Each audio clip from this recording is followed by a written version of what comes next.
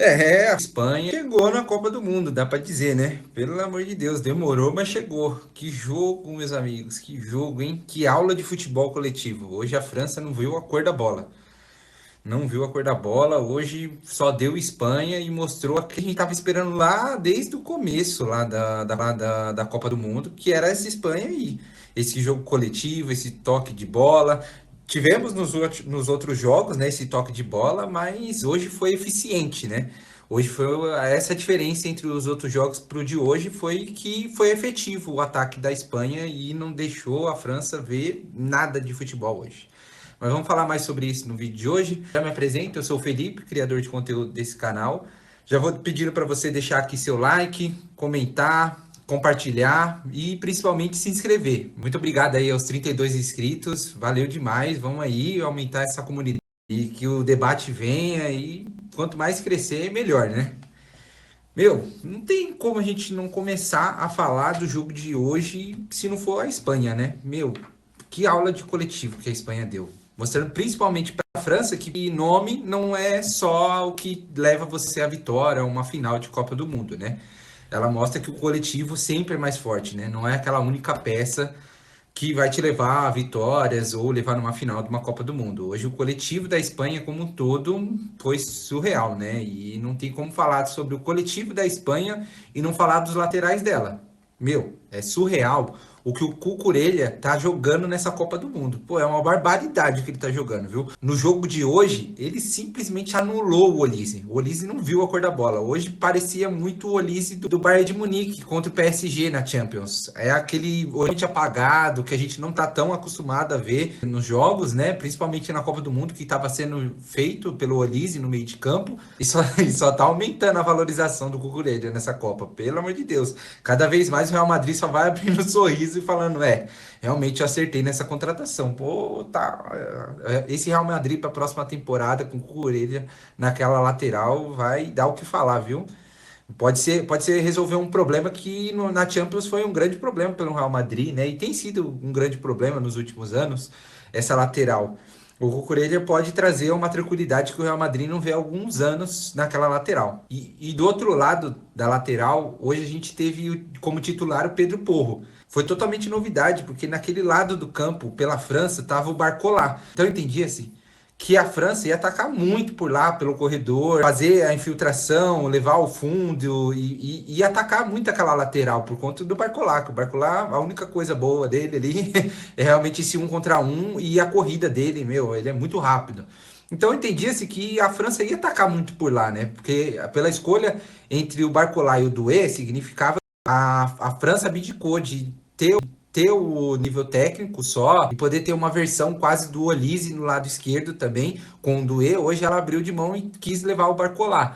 Então, entendia-se que precisava ser mais defensivo, mas o técnico da Espanha, Luiz de la Fuente, não quis nem saber, colocou o Pedro Porro, que é muito mais atacante, e, pô, jogou o time para atacar de verdade ali e deu muito certo. Nossa, aquele lado do campo para a Espanha foi um terror ali, naquela dobradinha entre o Yamal e o Pedro Porro. Fizeram um arregaço ali naquela lateral, toda jogada sempre dava certo. Algumas que acabavam não dando certo por culpa do Yamal, diga-se de passagem, uma Copa muito decepcionante. O Yamal até aqui tem feito jogos assim medianos e o que a gente esperava daquele Yamal que a gente via no Barcelona, que a gente vê na Champions, que a gente vê na La Liga, não chegou até agora. Vamos ver que ele tá guardando para a final aí, mas até agora não tava. Assim como ele, o Pedri também tá fazendo uma Copa decepcionante, tanto é que não foi titular hoje. A substituição dele foi pelo Fabian Ruiz, e que partida que o Fabian Ruiz fez hoje, meus amigos. Meu Deus do céu. Substituição assim, pontual. E tava pedindo passagem mesmo, porque o Pedri não tava sendo legal, não tava fazendo uma boa Copa até aqui. Tá sendo uma decepção, assim como tá sendo o Yamal. Foi uma boa substituição, o meio de campo ficou bem mais robusto e conseguiu entregar uma marcação que não deixou a França poder ver nem a cor da bola. E também o Dani Olmo, meu Deus do céu, essa Espanha, essa é a Espanha, rapaz. Essa é a Espanha que a gente esperava desde o começo, essa é a Espanha que a gente esperava como uma das candidatas ao título, é essa daí. Com esse meio de campo forte, com esse toque de bola aí, com esses jogadores assim que a gente sempre espera mais do que eles estavam entregando até hoje. Pelo lado bom, a gente tem a Espanha, mas a gente tem um lado né? O primeiro adversário à altura que ela pega nessa Copa do Mundo, infelizmente deixou a desejar, né? Terceiro confronto consecutivo que a França acaba perdendo para a Espanha. E hoje, diferente do que aconteceu na Nations, daquele jogo que a França quase conseguiu ganhar da Espanha, naquele jogo de 5-4 que a França conseguiu ganhar, hoje já foi totalmente apático. Sentiu o primeiro gol e deu para sentir que a França largou de mão. Os jogadores muito dispersos hoje. Nossa, o Rabiot errou tudo que ele tinha para fazer. Acho que se bobear, ele conseguiu errar o caminho do ônibus hoje. Porque tudo que ele fez ali, ele errou. A jogada do pênalti totalmente displicente, lateral, Digne. Meu Deus do céu, não pode. Você não pode sair querendo chutar sem você pelo menos vir pro lado para ver o seu campo de visão, se terá liberado, se você consegue chutar, se você consegue realmente, se não tem ninguém próximo de você, você não consegue sair dando chutão assim, principalmente dentro da sua área. Não dá, não dá. Dependente do que aconteceu ali, se bateu a bola no braço do Yamal, apesar que estava junto, e ele não expandiu o corpo dele com aquele braço, caso crie algum contexto, assim, ou algum burburinho, se foi ou não foi pênalti, dependendo da situação, a jogada não era para existir aquilo. É um lance totalmente displicente e mostra um lance que foi o retrato da França nessa partida, totalmente desligada e dependendo só de um jogador. Hoje foi o Mbappé buscando o jogo, assim como ele no final da Copa de 2022, depois daquele 2-0 com a Argentina na final, que ele colocou a bola embaixo do braço e foi atrás do placar e conseguiu levar para os pênaltis, para provocação e tudo mais. Hoje não deu para fazer milagre. Não deu para fazer. O Olise não apareceu. O Dembélé, assim como o Yamal a gente criticou e o Pedri, a gente pode aplicar isso pro Dembélé, né? Um jogador bola de ouro, a gente espera muito mais para entregar numa Copa do Mundo do que o Dembélé entregou pra gente, assim. A gente pode falar o quê? Um jogo que ele entregou, que foi aquele jogo que ele fez 2 gols. Mas fora isso, foi um Dembélé bem apático. Nada de uma Copa do Mundo de um jogador bola de ouro. Então, hoje ficou devendo, assim como as outras partidas, e hoje só deu mesmo para salvar o Mbappé e o Upamecano, que, pô, meu Deus do céu, é difícil tirar esse título de melhor zagueiro da competição do Upamecano, hein? Eu sei que naquele lance do segundo gol, onde ele sobe o Dani Olmo ali na frente da área, que se não tivesse continuidade seria falta, e poderia gerar algum cartão, algo a mais, mas partida também impecável, assim, acho que os únicos que dão para salvar ali da partida de hoje da França foi o Pamecano e o Mbappé. E também o Mbappé não foi aquele Mbappé que a gente está acostumado a ver, mas foi o que mais tentou mudar alguma coisa naquela partida. Bom, agora a Espanha espera o seu próximo adversário, que vai ser amanhã, o confronto entre Inglaterra e Argentina.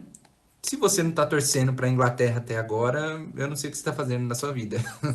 Se você não for da Moca, daquele pessoal surtado que torce para a Argentina, não sei o que você está fazendo, meu. A gente tem que dar algum jeito, porque vai ficar difícil se deixar os caras chegar para a final, né? Mas agora a Espanha espera, independente do adversário que venha, acredito que essa Espanha é a favorita, independente do adversário. Mas, querendo ou não, a Argentina é um adversário que tem uma mística diferente quando chega para a final, quando chega nessas partidas assim grandes, né? Mas, assim como eu disse para a França, foi a primeira partida que ela pegou um adversário à altura dela e tudo mais, serve a mesma coisa para a Argentina. Amanhã vai ser o teste de fogo para a Argentina, porque vai ser o primeiro jogo de verdade na Copa do Mundo com um adversário à altura. Vamos ver o que a gente pode tirar da análise do jogo de amanhã, e aí sim a gente pode levar. E a gente vai ficar na torcida aí do Harry Kane e o Bellingham para salvar aí a gente dessa Copa do Mundo melancólica que a gente tá vivendo, né? Mas é isso, né? Vamos esperar o jogo de amanhã. Assim que o jogo sair, eu já mando aqui, faço análise pra gente debater mais um pouco. Mas já aproveitando, comentário se para você a França era mais uma expectativa nossa, muito grande, que a gente colocava, ou foi uma decepção do jogo que a gente viu hoje da França sendo aplicado? E também aproveita para deixar aí se para você dá para comparar essa França com aquela seleção do Brasil de 2006. Será que dá pau a pau? Boas semelhanças aí, hein? Muito obrigado para quem assistiu até aqui. Valeu, até a próxima.